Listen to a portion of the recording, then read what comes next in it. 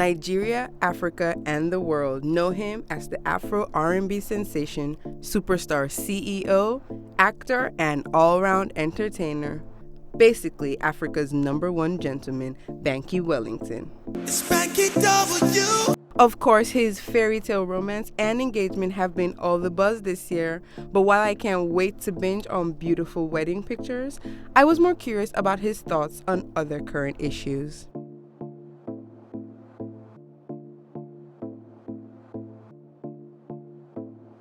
Well, first of all, I would say that I probably didn't start the era, worldwide, obviously, because for somebody like me, I was kind of patterning myself after people in the music business around the world who I looked up to. So the Jay-Z's and the Dr. Dre's and the P. Diddy's of the world who started out as artists and were able to build it into labels and, do so many other things business-wise. They were always the people that I looked up to.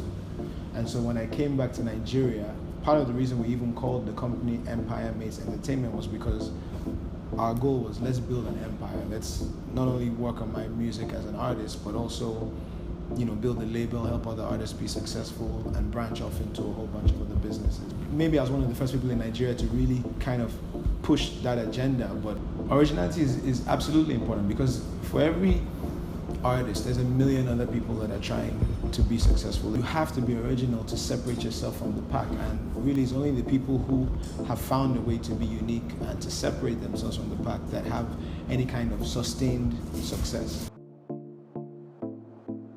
If you want to speak musically, I grew up on Boyz II Men and Usher and R. Kelly and Lauryn Hill and Brandy, just people who had done a lot of R&B or hip hop or that fusion.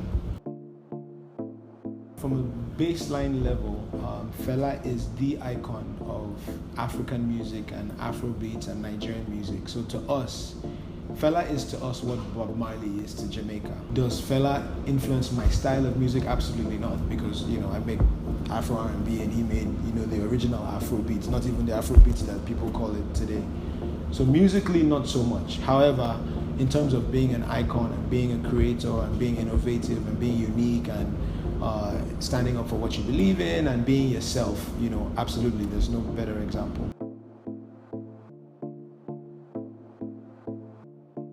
My music is my music, but my life, I think I can lead by example and by the things that I put myself, or that I get myself involved in.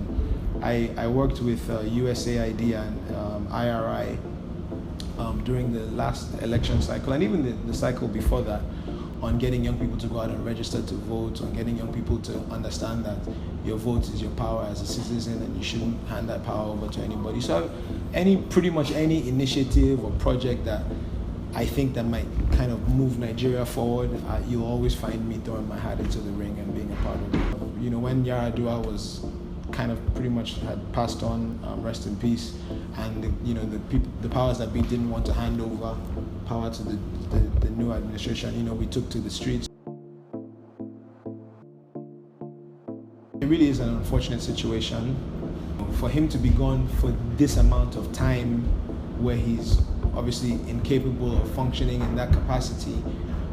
First of all, I feel bad for the guy because he's an old guy and it's a stressful job. So I feel like, some things, if you're not physically able to do it, then just hand it over and let somebody who does have the strength and the health to take on these issues really do it. Because Nigeria needs that kind of active president, somebody who's out and about and energetic and can really face issues head on. If I had a say, I would say that it should definitely go from just being an acting president to just being the president, because you can't be gone for this long and still be holding on to the title. It doesn't really make sense to me. I'm still not necessarily an APC guy or any party guy, but I'm a supporter of anything that will move Nigeria to a better place. Would I take to the streets again? Absolutely. I think I've been one of the few celebrities that on almost every major turning point or every major issue, you see me out there. So that's not something that's ever going to change.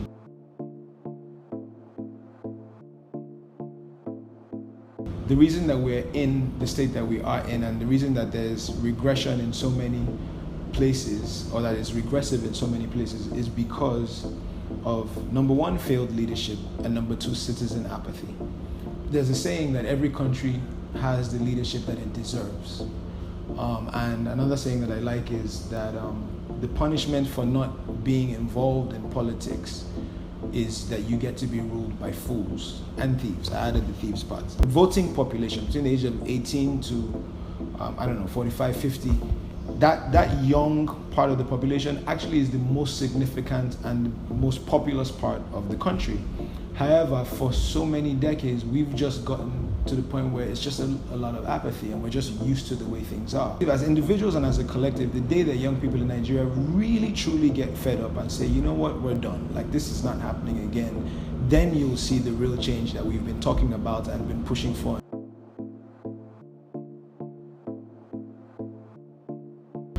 I always used to say that I never saw myself as a politician or a lawmaker, but more as the voice that influences those people, more as the voice that lobbies those people, more as the voice that kind of galvanizes support for the people in office.